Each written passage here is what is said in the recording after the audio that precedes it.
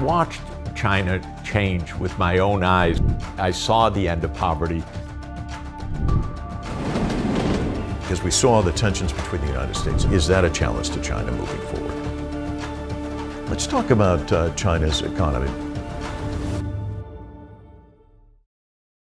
We're sitting here in your place in New York, which is amazing because you're heading off to Europe shortly. You're always on the go, but you're just back from China.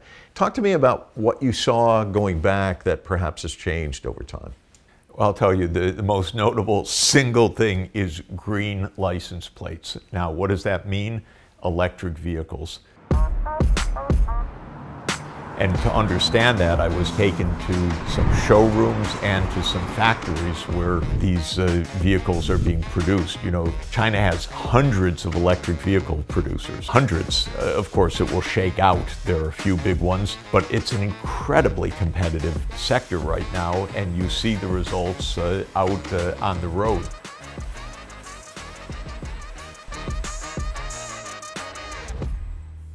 Can you talk about the opportunities for China there and perhaps some challenges?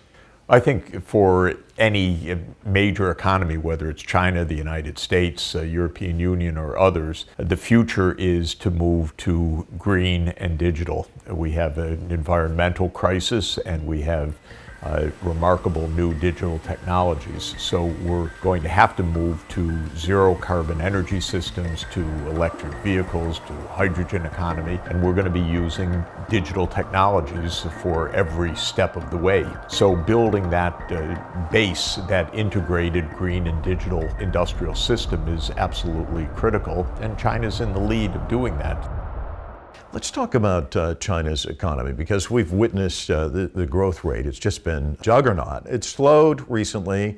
What does China need to do to keep its economic vitality and keep moving forward, do you think? Well, there's first a basic principle. When you're poor, you have the potential for very rapid growth because maybe you don't have electricity, maybe you don't have rail, maybe you don't have fiber. So there's a lot of headroom for fast growth. So China grew consistently at about 10% growth per year for decades, actually. That means a doubling of the economy every 7 years, in fact. And so that was the torrid, super fast period. Now they're at about a 5% growth rate. That's compared to about 2% in the United States. So they're still growing quite rapidly. When you visit China, when you visit cutting edge enterprises, what you're seeing is rapid technological advance, lots of innovation, and I think a generation ahead of markets for things like high quality, low cost electric vehicles, for 5G digital, for many, many of the things that China is already world leader in. You said high quality, and of course the buzzwords coming out of the two sessions, quality, productive forces. What's your vision of what that looks like, and how is that going to impact things moving forward? This high quality productive forces basically means that China's focusing on technological advance now. And China is doing very, very well in computation.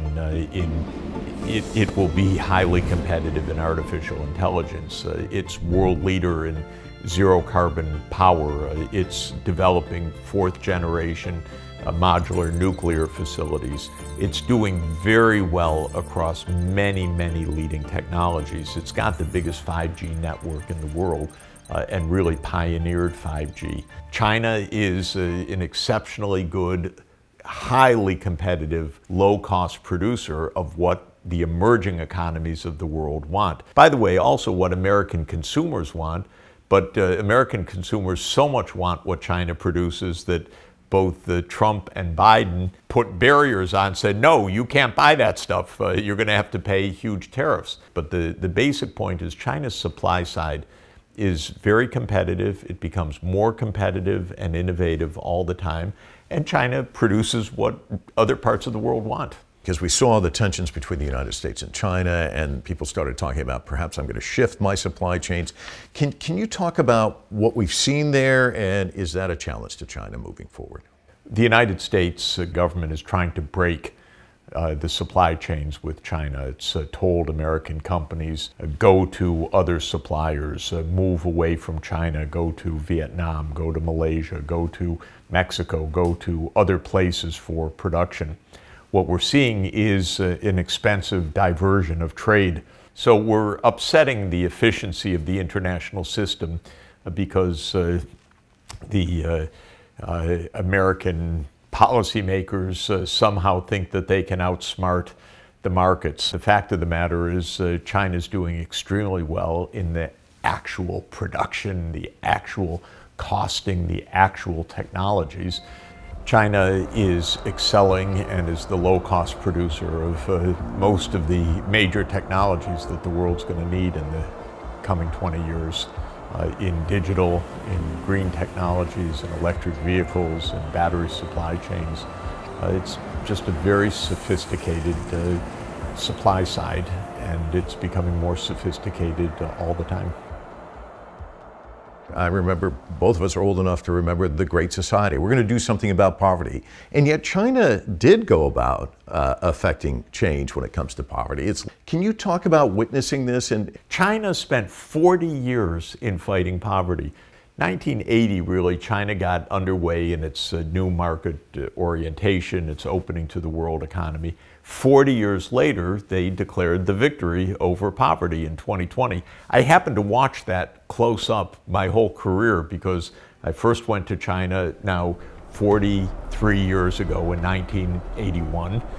I then went back all the time each year, sometimes several visits. So I watched China change with my own eyes from 1981 to 2020. I saw the end of poverty with my own eyes. And the impact ripples beyond China, doesn't it? Well, China provides a kind of role model for other parts of the world. I spend a lot of time in Africa, and I speak to African leaders all the time. And I tell them 40 years in China, 1980 to 2020, that can be Africa's future, should be Africa's future.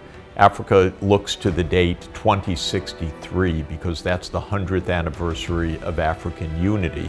So they look at a 40-year period from now to 2063, and I believe that that 40-year period, if pursued in a strategy like China's, is going to give Africa the same kind of success.